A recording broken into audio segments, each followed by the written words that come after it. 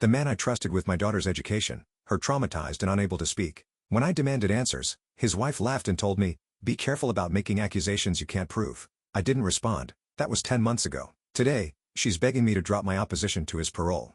My daughter was 13 when I sent her to the Gaeltacht in Ireland. For those who don't know, it's a summer camp you go to in 7th or 8th grade with activities like kayaking or ziplining. There's just one catch. You have to speak Irish. The punishment isn't meant to be anything severe. You just get given out to or sent home. So like I said, my daughter was 13 when she went. She was the bubbly type, the type who'd organize games at recess and somehow get even the shy kids to join in, and she was the one who begged me to send her. I figured it was better than sitting around the house all day, so I agreed and paid for her to spend 3 weeks in the Irish camp in Galway. She left with a huge smile on her face and a suitcase that was almost the same size as her. Fast forward 3 weeks later, she came home, and the car ride was completely silent. I figured she was probably just a little exhausted from the long bus ride, so I let her sleep and decided to talk about it in the morning. Except during breakfast the next morning, she wouldn't eat, just pushed food around her plate, staring at nothing. "Do you dwa? Hello in Irish," I exclaimed, trying to lighten the mood. But instead of saying anything back or just exhaling a laugh, she flinched, actually flinched, like I'd raised my hand to her. "It was fine," she whispered, then asked to be excused. That night, I woke to the sound of her crying, not normal teenage tears. These were deep, gasping sobs. When I knocked on her door, she went silent immediately. "I'm fine, Dad," she called out, but her voice was shaking. The next few days were worse. She'd jump at every little sound. The neighbor's dog barked and she dropped her glass, shattering it on the kitchen floor. When I reached to help clean it up, she scrambled away from me like she was terrified. She started sleeping with every light in her room on. "Tara, love, what happened at the camp?" I tried asking again, using the gentlest voice I could manage. She shook her head violently. "Nothing happened. Can we not talk about it?" But she wasn't eating properly, wasn't showering unless I reminded her. This child who used to sing in the shower, who'd chat my ear off about everything and nothing, had become a ghost in our house. A week later, I got a group text from other parents. The girls in her school that had gone to Galway with her. "Have you noticed anything strange about your kid since he came back? He won't speak Irish anymore," Mary said. More texts revealed the same pattern. Kids who'd left excited came back traumatized. Night terrors, anxiety attacks. One boy hadn't even left his house in a week. Another girl was found hiding in her wardrobe, convinced someone was coming for her. That evening, Tara finally broke. I'd made her favorite dinner, shepherd's pie, and she was picking at it when she suddenly started crying. The story came out in pieces between sobs. "They punished us for speaking English," she cried. I didn't understand what she was talking about, but then she continued. "Turns out, if you spoke English, even by accident, even in your sleep, you were punished, not just given out to. Real punishment." The first strike was standing barefoot on gravel for an hour. Second offense was ice baths at midnight. Third strike meant the hole, a storage room under the main building with no windows, no light. Kids were left there for up to 12 hours. No food, no water, a bucket in the corner. I lunged at her for a hug, just wanting to hold my baby girl, but she pushed me off, and just kept blurting out more and more gruesome details. The counselors had created a system where kids monitored each other. If you heard someone speak English and didn't report it, you got their punishment, plus the adults. By week 2, everyone was paranoid. Best friends were turning each other in. My hands were shaking as she talked. This was my fault. I'd sent her there, paid for it, dropped her off with a smile and a wave while she walked into that place. She showed me her arms, bruises, faded to sick yellow-green now, but I could see the finger marks. "The officers did this," she said. Officers. They were kids too, just older ones. Previous Gaeltacht students who'd been through the program and came back to enforce it. I called the camp that night, got through to the director somehow. "These are proven immersion techniques," he said. Like we were discussing teaching methods, not torture. "Your daughter's Irish improved remarkably. You should be proud." I was ready to go nuclear. I hung up and started pacing the kitchen, my mind racing through options. Tara had gone upstairs, exhausted from finally telling someone what happened. I could hear her moving around in her room, probably checking the locks on her windows again. She'd been doing that every night since she came home. I grabbed my laptop and started searching for information about the camp. Their website showed smiling kids playing traditional Irish games, testimonials from happy parents, nothing about the punishments. Nothing about the hole. I dug deeper, checking parent forums and social media groups. That's when I found it. A Facebook post from 3 years ago, buried in the comments of a local Galway news article. A mother asking if anyone else's child had come home from the Gaeltacht acting strange. The post had been deleted, but someone had screenshot it. The comments underneath were telling. Parents dismissing her concerns, saying kids always complained about camp, telling her she was overreacting. I kept digging, found more deleted posts, more concerned parents who'd been shut down. Always the same pattern. Kid comes home traumatized. Parent tries to speak up, gets told they're being dramatic. I started taking screenshots of everything. My phone buzzed. Another message in the parent group chat. This time from Catherine, whose son Benjamin had been in Tara's group. She was asking if anyone wanted to meet up, compare notes. Within minutes, 5 other parents had agreed. We set a meeting for the next evening at my house. I went to check on Tara. She was sitting on her bed, surrounded by the Irish language books she'd been so excited about before camp. One by one, she was tearing out pages, crumpling them up, throwing them in her wastebasket. I didn't stop her. The next day, I called in sick to work, spent the morning on the phone with other parents, gathering information. Each story was worse than the last. Benji had been put in the hole for accidentally saying okay instead of Sartre-Gaulior. He'd panicked in the dark, hyperventilated until he passed out. When they found him hours later, he was barely conscious. Another girl, Catherine, had tried to refuse the ice bath punishment. The counselors, those older kids they called officers, had forced her in, held her there while she screamed. She still couldn't take cold showers without having a panic attack. I was documenting everything when Tara came downstairs around noon. She looked like she'd barely slept, dark circles under her eyes. She saw my laptop. Saw the notes I was taking. "What are you doing?" she asked, her voice small. "I'm going to make sure they never do this to another kid," I told her. She stared at me for a long moment, then sat down beside me. "There's more," she whispered. "Things I didn't tell you." My stomach dropped, but I kept my voice steady. "You can tell me when you're ready." She shook her head. "No. You need to know. For the other kids." She took a shaky breath. "The director has a daughter. She's only 10, but she was there with us. They did it to her too. The punishments. Her own parents. I saw her in the hole once when they opened it to put someone else in. She was just sitting there in the dark, not even crying anymore. I felt sick. These people were doing this to their own child. Had been for who knows how long." "And the counselors," Tara continued. "The officers. I recognized some of them. They were kids from our town who'd gone to the Gaeltacht before. They came back to work there, like they thought it was normal, like they wanted to do it to other kids." The doorbell rang, making us both jump. It was too early for the parent meeting. I looked through the peephole and saw a young man, maybe 18 or 19, shifting nervously on my doorstep. I didn't recognize him. I opened the door cautiously. "Can I help you?" He glanced around nervously. "Are you Tara's dad?" "First period. I was a counselor at the camp. I need to talk to you." I let him in, watching as Tara shrank back against the wall, but she shook her head when I moved to take her upstairs. She wanted to hear this. The boy's name was Kath, and his story made everything worse. He'd gone to the Gaeltacht 5 years ago, had been subjected to the same punishments. When he turned 18, he'd gone back as a counselor, thinking he could make things better for the kids, but the director had made it clear, enforce the rules or face worse. "I have videos," he said, pulling out his phone with shaking hands. I started recording things. The director's son, he was recording too. We were going to report it after the summer ended, but he trailed off. "But what?" I prompted. "The director found out. His son's phone got confiscated. Mine too. But I'd already backed everything up to the cloud. The director's son, they sent him away, said he was going to stay with relatives, but nobody's heard from him." He showed me the videos. Kids standing on gravel, their feet bleeding. The ice baths, children shaking so hard they could barely stand. The door to the hole, with desperate scratching sounds coming from inside. I had to stop watching when I heard a voice that sounded like Tara begging to be let out. "Why didn't you stop it?" I asked, trying to keep the anger out of my voice. Kath looked miserable. "I tried. We all tried. But the director, he's connected. His brother's on the county council. His wife works at the local school. They've been running the camp for 15 years. Anyone who speaks up gets shut down." The parent meeting that night was chaos. 7 families crowded into my living room, all with similar stories. Mary's daughter hadn't spoken Irish since coming home, would have a full panic attack if she even heard it on TV. Catherine's son, Benji, had started wetting the bed again, something he hadn't done since he was 5. We compared notes, built a timeline. The pattern was clear. First week, they broke the kids down with increasingly harsh punishments. Second week, they turned them against each other with the reporting system. Third week, the kids were so traumatized, they'd do anything to avoid more punishment. "We need to go to the authorities," Catherine said. "I already tried," another parent admitted. "Called the Gardaí, Irish police, in Galway. They said without proof, it's just kids complaining about strict camp rules." That's when I remembered Kath's videos. I called him, asked if he could send them to me. While we waited, more stories came out. Kids forced to stand in the rain for hours, being denied food if they spoke English at meals. One boy had developed pneumonia after an ice bath, and they'd refused to call a doctor for days. My phone buzzed. The videos from Kath. I connected my laptop to the TV, and we watched in horrified silence. It was worse seeing it all together, the systematic nature of it, the way the counselors seemed to take pride in enforcing the punishments. "Jesus Christ," Mary whispered. "We paid them to do this to our children. We made a plan, document everything, get statements from all the kids who were willing to talk, find more former counselors who might speak up, build a case so solid that nobody could ignore it." After everyone left, I found Tara in the kitchen, making tea. Her hands were steadier than they'd been in days. "Are you really going to stop them?" she asked. "I'm going to try. I promised." She nodded slowly. "Good, because there are kids signed up for next summer. I saw the list in the office when I was." She paused, swallowed hard. "When I was being punished. Dozens of kids. They can't go through what we did." Over the next few days, our group grew. More parents reached out, some from previous years.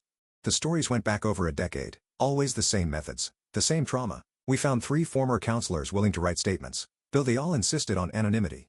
They were terrified of the director and his connections. I tried calling the camp again, hoping to record the director defending his methods, but this time, his wife answered. She knew who I was. "You're that troublemaker parent," she said coldly. "The one spreading lies about our program. You should know my husband is consulting with our solicitor. If you continue this harassment, we'll take legal action." "Your program tortured children," I said, trying to stay calm, "including your own daughter." There was a pause. "Our methods build character. If your child was too weak to handle it, that's not our fault. And I'd be careful about making accusations you can't prove." She hung up. An hour later, I got an email from a law firm, warning me about defamation and threatening legal action if I continued spreading malicious rumors about the camp. I forwarded it to our parent group. Instead of backing down, it made everyone more determined. We'd all seen our children suffer. We weren't going to be bullied into silence. That night, Tara had another nightmare. I heard her screaming and ran to her room. She was thrashing in her bed crying out in Irish, "Don't leave me here. Here. Don't leave me." I sat with her until she calmed down, rubbing her back like I used to when she was small. When she finally fell back asleep, I went downstairs and opened my laptop, started writing everything down. Every detail, every story, every piece of evidence we'd gathered. The camp had been operating for 15 years. How many children had they traumatized in that time? How many parents had been silenced? How many kids had grown up thinking this was normal, then come back to inflict the same torture on others? I thought about the director's daughter, only 10 years old, sitting alone in that dark hole. About his son, who tried to document the abuse, and was now mysteriously gone. About all the kids who were already signed up for next summer, whose parents had no idea what they were walking into. I kept writing until the sun came up. This wasn't going to be easy. The director had connections, resources, a legal team, but he'd made one mistake. He'd hurt our children, and there was nothing more dangerous than parents protecting their kids. The next morning, I got a call from an unknown number. It was a woman, speaking quietly like she was afraid of being overheard. "I'm the nurse who worked at the camp this summer," she said. "I heard you're gathering evidence. I have photos, medical documentation, things they told me not to record. Can we meet?" I arranged to meet the nurse at a coffee shop in town that afternoon. My hands were still shaking as I drove there, thinking about what she might have documented. Tara had wanted to come, but I convinced her to stay home and rest. She needed time to heal, not to relive more trauma. The nurse, Siobhan, was already there when I arrived. She looked exhausted, dark circles under her eyes matching Tara's. She had a folder clutched against her chest like armor. "I've been carrying this guilt since July," she said without preamble. "I should have done something sooner, should have reported it immediately, but they threatened my nursing license. Said they'd make sure I never worked with children again." She slid the folder across the table. Inside were photographs that made my stomach turn. Bruised arms, raw feet, a boy's back covered in scratches from being dragged across gravel, medical notes documenting hypothermia symptoms, untreated infections, signs of severe psychological distress. "This is just from this summer," Siobhan said. But I talked to the nurse who worked there before me. She quit after 1 week, said she couldn't be part of it. The director told everyone she had a family emergency. I studied the photos, matching injuries to the stories I'd heard. There was Catherine's frostbitten fingers from the ice bath, Benjamin's infected cuts on his feet. And in one photo, barely visible in the background, I could see the door to the hole. "The director's daughter," I said. "Did you treat her?" Siobhan's face crumpled. "Multiple times. That poor child, 10 years old and covered in bruises. Her mother brought her to me after she'd been in the hole for 8 hours. Said she needed to learn respect for the language. I wanted to call child services, but his brother is on the council." I finished. She nodded. "And his wife teaches at 3 different schools. They know everyone. Control everything. I've seen them destroy people who cross them." I took photos of everything with my phone, creating backups. Siobhan gave me her contact information, but warned me she was planning to leave town soon. "The stress was culling her," she said. "The guilt of not protecting those kids." When I got home, I found Tara in the living room with another girl from camp. Oif, I remembered. Her parents had been in our group chat, but hadn't come to the meeting.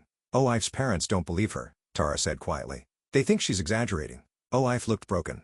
She showed me her journal, pages and pages of neat handwriting documenting every day at camp. The punishments she'd witnessed, the ones she'd endured. Her parents had found it and accused her of making things up for attention. "They're friends with the director's wife," Oifa said. "She called them, told them I was a troublemaker at camp, that I refused to participate and made up stories when I was disciplined." I photographed her journal pages with her permission. Another piece of evidence. Another child failed by adults who should have protected her. That evening, my phone rang. Unknown number. I almost didn't answer, but something made me pick up. "You need to stop." The voice was young, male, scared. "This is the director's son. Please. You don't understand what they're capable of." "Where are you?" I asked. "Are you safe?" "They sent me to my uncle's in Cork, but I'll be back soon. And when I come back," his voice broke. "They'll make me work at the camp next summer. Make me do what they do." "I can't." "I won't. But if you keep pushing, they'll know I've been talking to people."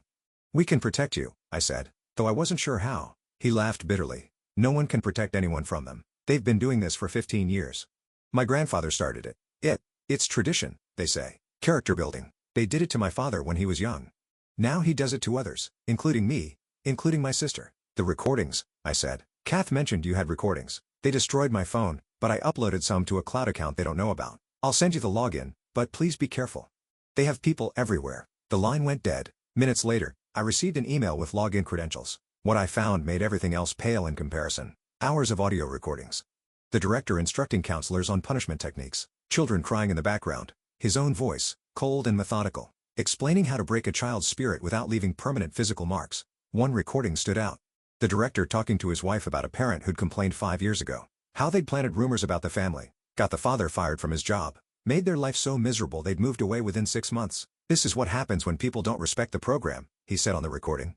We protect what we've built, whatever it takes. I backed up everything immediately, sending copies to multiple cloud services, emailing files to myself, even putting some on USB drives I hid around the house. I was becoming paranoid, but I had reason to be. The next morning, I woke to find my car tires slashed. All 4 of them.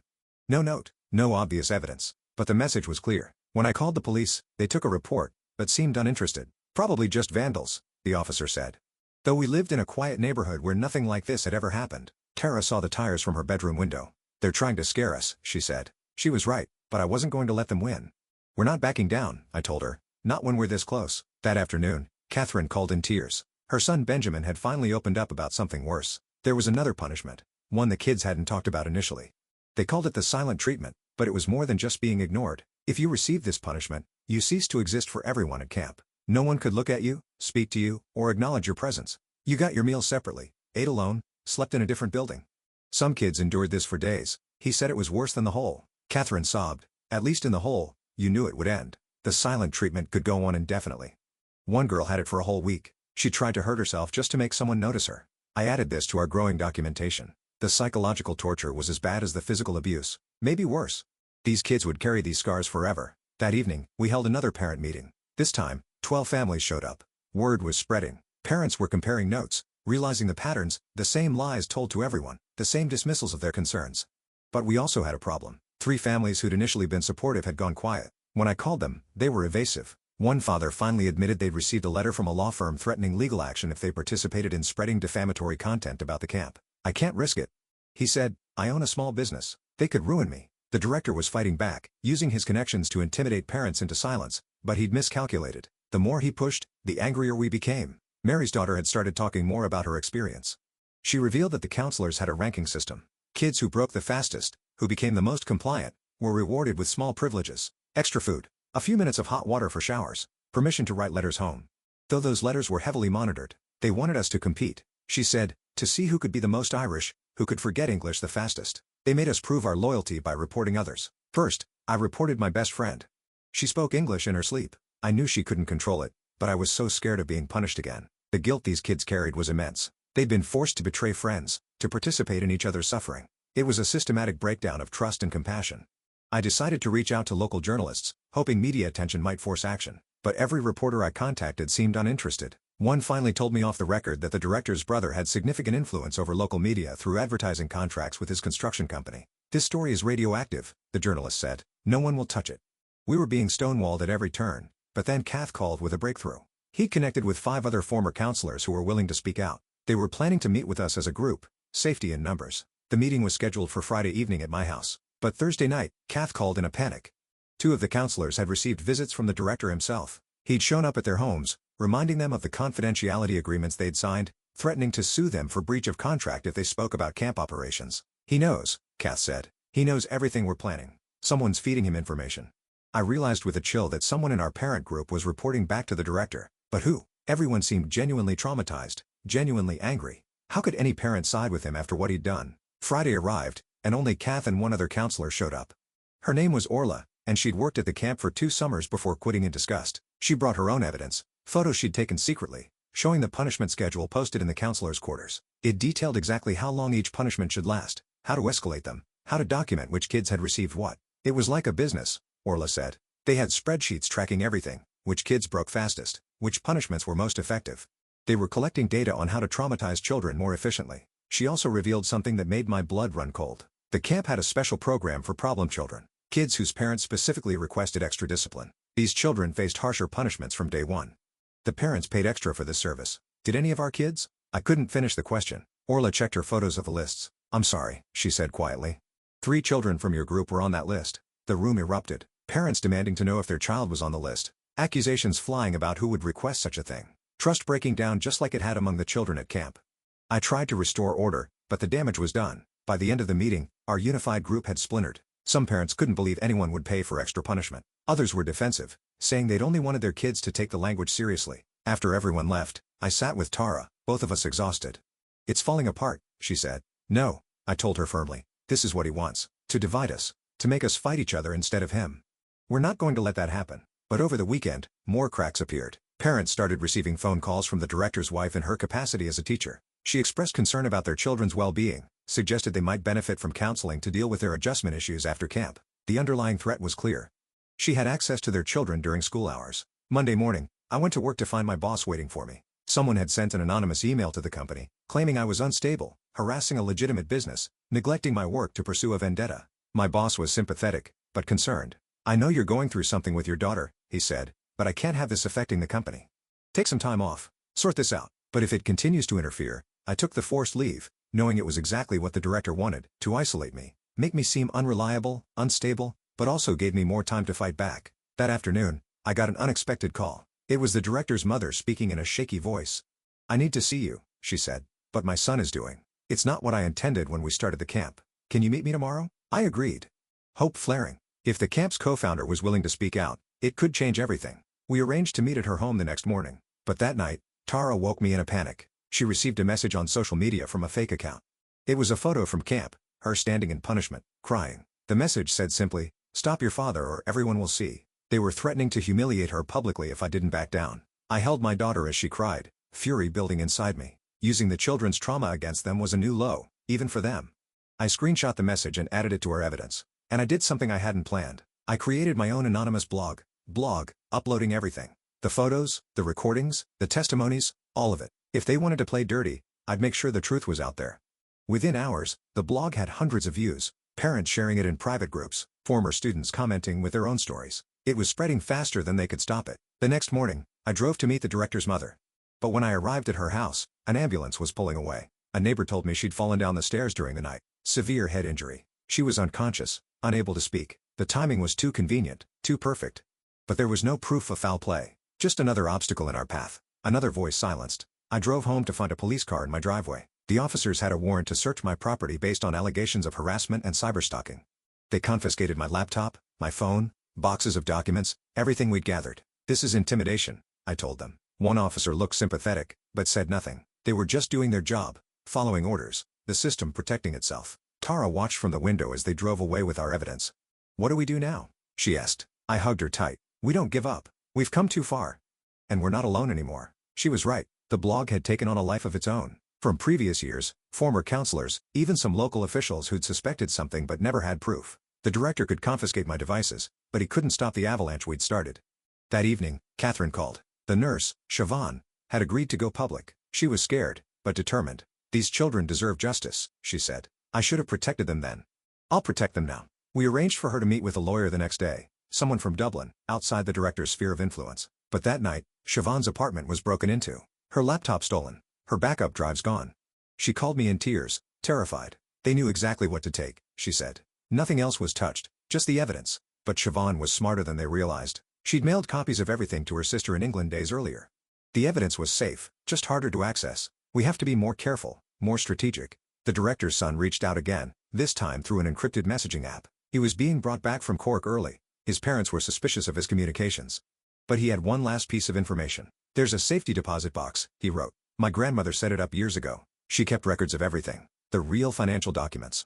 Proof of what they've been doing. She gave me the key before they sent me away. Told me to use it if I ever needed to stop them. He sent a photo of the key and the bank information. But he warned me his parents were watching him constantly now. This would be his last message. He was deleting everything, trying to survive until he could escape. I knew I had to get to that safety deposit box, but I also knew they'd be watching me, following my movements, waiting for me to make a mistake. That's when Mary had an idea. They can't follow all of us, she said. Let's make them choose. We organized carefully. The next morning, every parent in our group went to a different bank. We made copies of the key, though only I had the real one. While they scrambled to follow multiple targets, I slipped into the right bank unnoticed. The safety deposit box contained everything the grandmother had promised. Financial records showing payments from parents for enhanced discipline. Documentation of injuries going back years. Letters from parents who complained and the threats used to silence them, even a confession of sorts. A journal where the director's father detailed the punishment methods he developed, proud of his system for building character through suffering.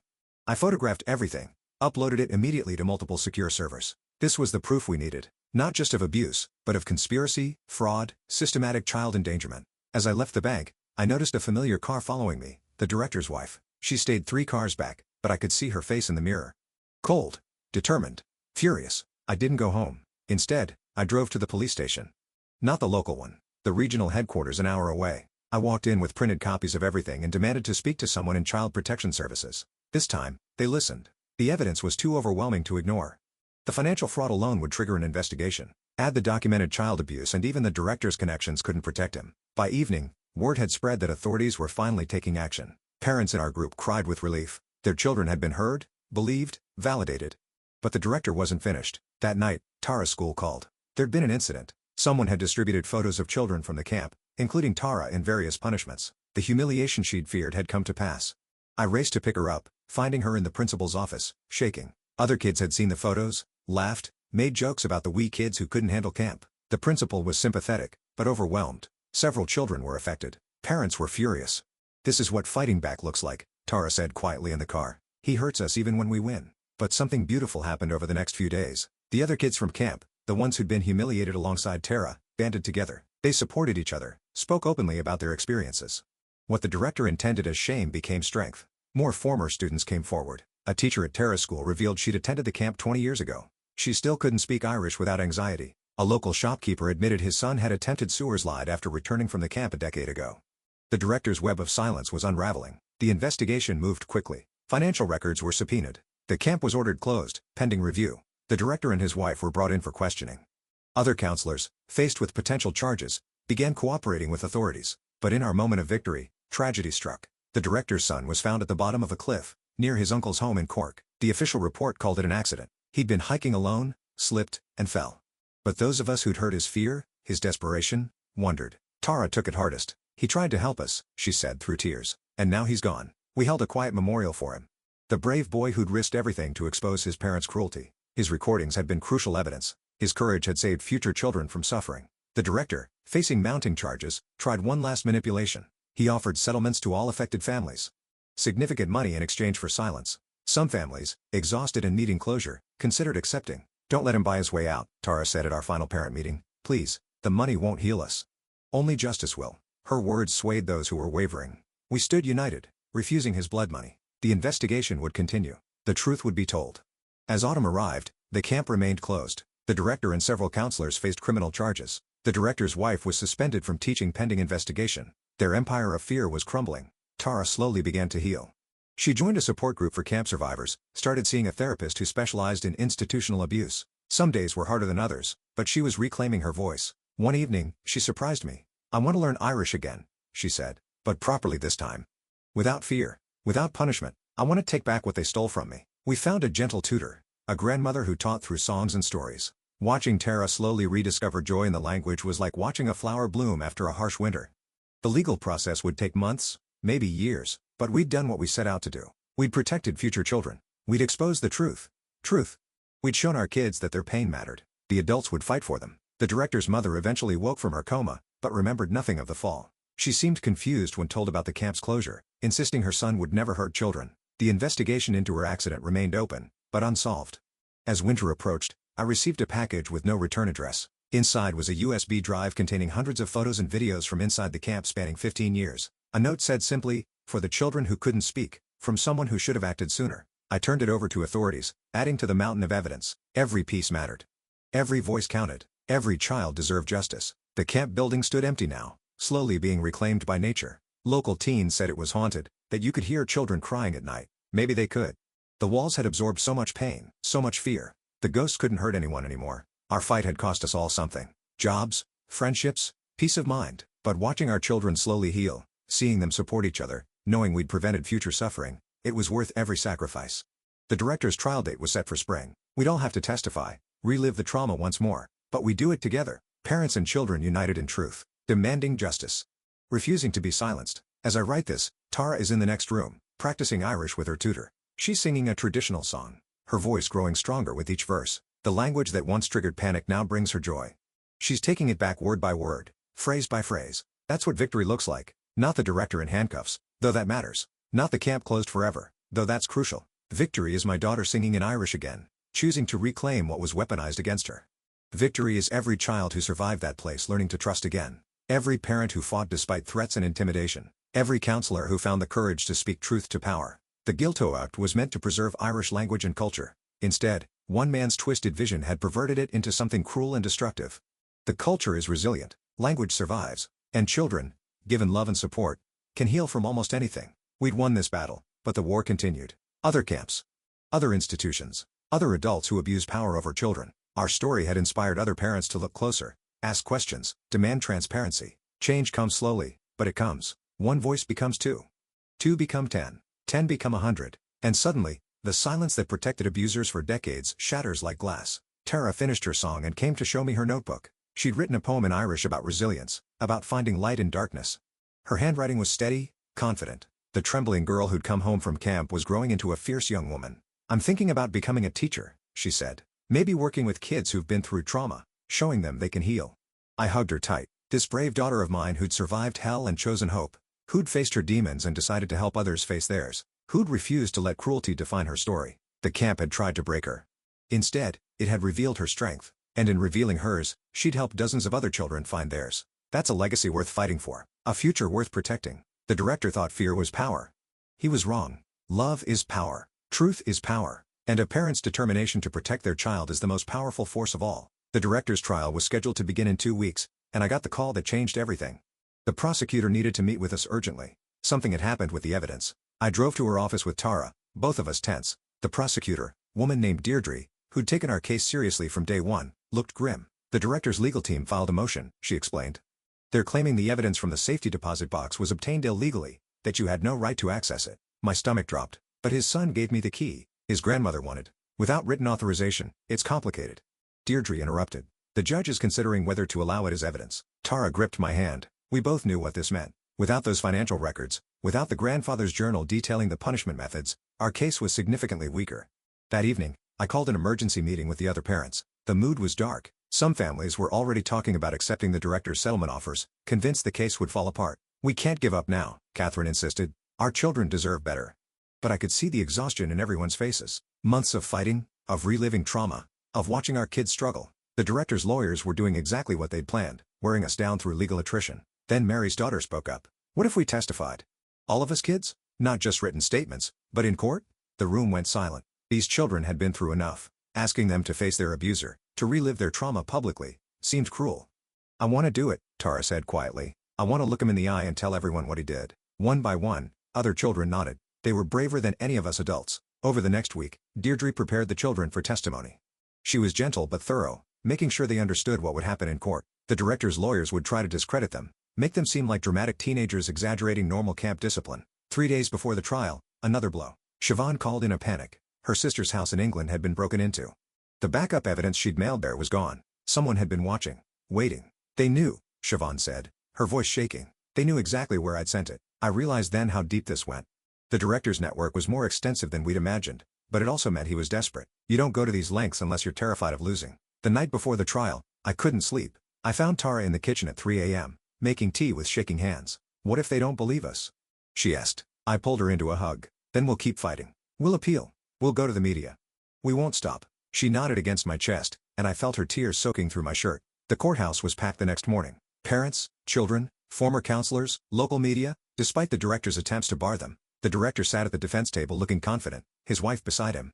But I noticed his hands trembling as he adjusted his tie. The prosecutor opened with the facts. Systematic abuse disguised as language immersion. Children tortured for speaking their native language. Financial fraud, with parents paying extra for enhanced discipline that amounted to enhanced abuse. The director's lawyer painted a different picture. A dedicated educator using proven techniques. Children who couldn't handle structure. Parents looking for someone to blame for their kids' difficulties. Then came the testimony. Catherine went first, her voice barely above a whisper as she described the ice baths. How they'd held her down when she tried to get out. How her fingers turned blue and she couldn't feel them for hours afterward. The defense lawyer challenged her. Isn't it true you were a difficult student? That you repeatedly broke camp rules? I spoke English in my sleep, Catherine said, louder now. I couldn't control it. Benjamin testified about the hole, the darkness, the panic, passing out from hyperventilation and waking up still trapped. The defense tried to minimize it, just a storage room, a timeout space. There were scratch marks on the walls, Benjamin said. From all the kids before me trying to claw their way out. Parent after parent took the stand. Catherine describing her son's night terrors. Mary talking about her daughter's panic attacks at the sound of Irish. The pattern was undeniable. Then Kath testified. As a former counselor, his testimony was crucial. He described the training they'd received, the punishment schedules, the way they were taught to break children's spirits. Why did you participate? The prosecutor asked. Because I'd been through it myself, Kath said, looking directly at the director. I thought it was normal. They made us believe it was the only way to preserve our language. The defense attacked his credibility. He was bitter about being fired. He was exaggerating to get revenge. But Kath held firm, detailing specific incidents, naming other counselors who'd participated. On day 3, Orla took the stand with her photos of the punishment schedules. The defense claimed they were fabricated, but she'd been smart. The metadata on the images proved when and where they were taken. The most damaging testimony came from an unexpected source, a woman named Bridget, who'd worked as the camp secretary for 10 years. She'd kept copies of everything. Emails, financial records, correspondence with parents who'd complained. I was afraid to speak up, she admitted. But when I heard about that boy, she paused, tears in her eyes. The director's son, I trained him when he was little. He was a good boy. What happened to him wasn't an accident. The courtroom erupted. The judge called for order. The defense objected furiously, but Bridget continued. I heard the director on the phone that night, telling someone his son had become a problem, that he needed to be handled. The next day, we got word about the accident. I felt Tara's hands squeeze mine so tight it hurt. We'd all suspected, but hearing it confirmed was devastating. The director's wife took the stand in his defense. She painted a picture of a dedicated educator, a loving father, a man who devoted his life to preserving Irish culture. The children who complained were weak, pampered, unable to handle discipline. What about your own daughter? The prosecutor asked.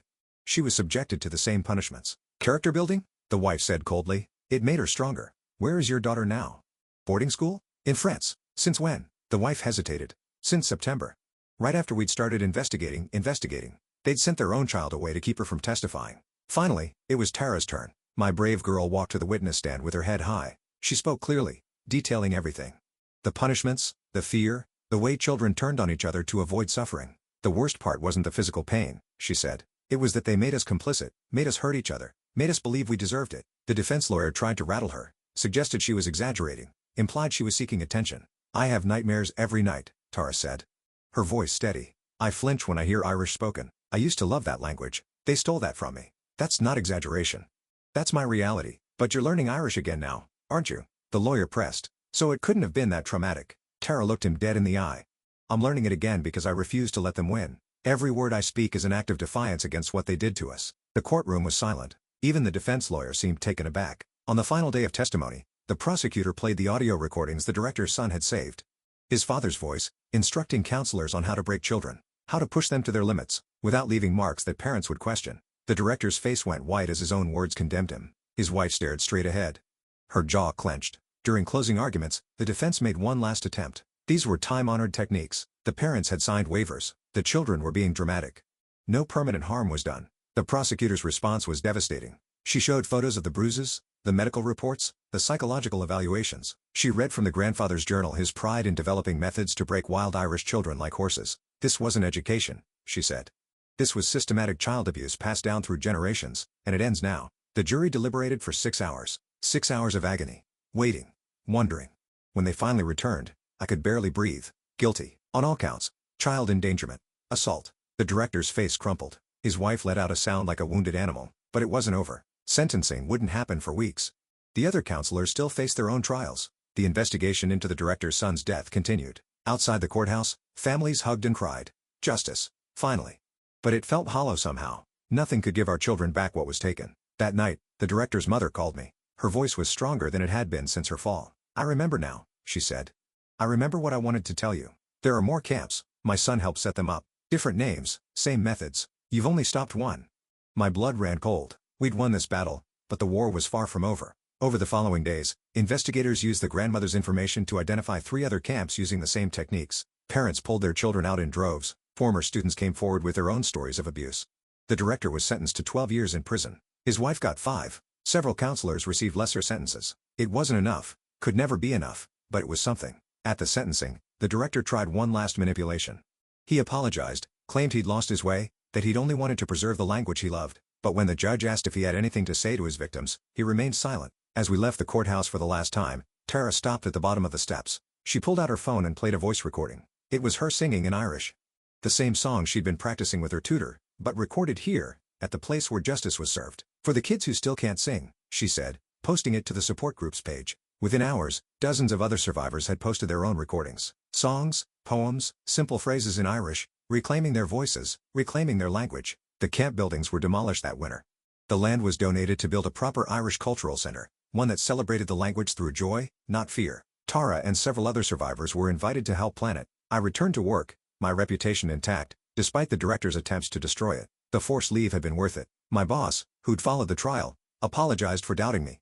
Tara's nightmares gradually decreased. She still had bad days, still flinched sometimes at unexpected Irish, but she also laughed more. He sang in the shower again, started teaching younger kids Irish through games and stories, the way it should have been taught all along. The support group met monthly, parents and children together, sharing struggles and victories. Some healed faster than others. Some might never fully heal, but none of them faced it alone anymore. One evening, as spring arrived, I found Tara writing in her journal, not documenting trauma this time, but writing poetry in Irish and English, weaving both languages together like threads in a tapestry. I'm applying to university, she announced. Irish studies in psychology. I want to understand how language can heal instead of hurt. I thought of that terrified girl who'd come home from camp 9 months ago, who couldn't eat, couldn't speak, couldn't trust. Now here she was, transforming her pain into purpose. The director's son's case remained officially unsolved, but his recordings lived on, evidence that helped shut down the other camps. His courage saved countless children from suffering. We made sure his name was remembered. Some parents did eventually accept settlements from the camp's insurance company. They needed the money for their children's therapy, for the healing that would take years. No one judged them for it. The ripple effects continued. Schools implemented better oversight for summer programs. Parents asked harder questions. Children learned it was okay to speak up when adults hurt them. Tara graduated from secondary school with honors. The ceremony, she gave a speech about resilience, about finding your voice after someone tries to silence it. She spoke partly in Irish, the language she'd reclaimed and made her own. As I watched her on that stage, poised and powerful, I thought about the journey we'd taken. The Gaeltacht still exists, of course. Other camps run by people who actually love children in the Irish language, where kids learn through music and games and stories, where speaking English might earn you a gentle reminder, not torture. Ali, they have no idea what she survived to stand before them whole. That's victory. Not just the guilty verdict or the prison sentences. It's every survivor who chose healing over hatred. The director will be eligible for parole in 8 years. We'll be there to oppose it. All of us. A reminder that some things are unforgivable.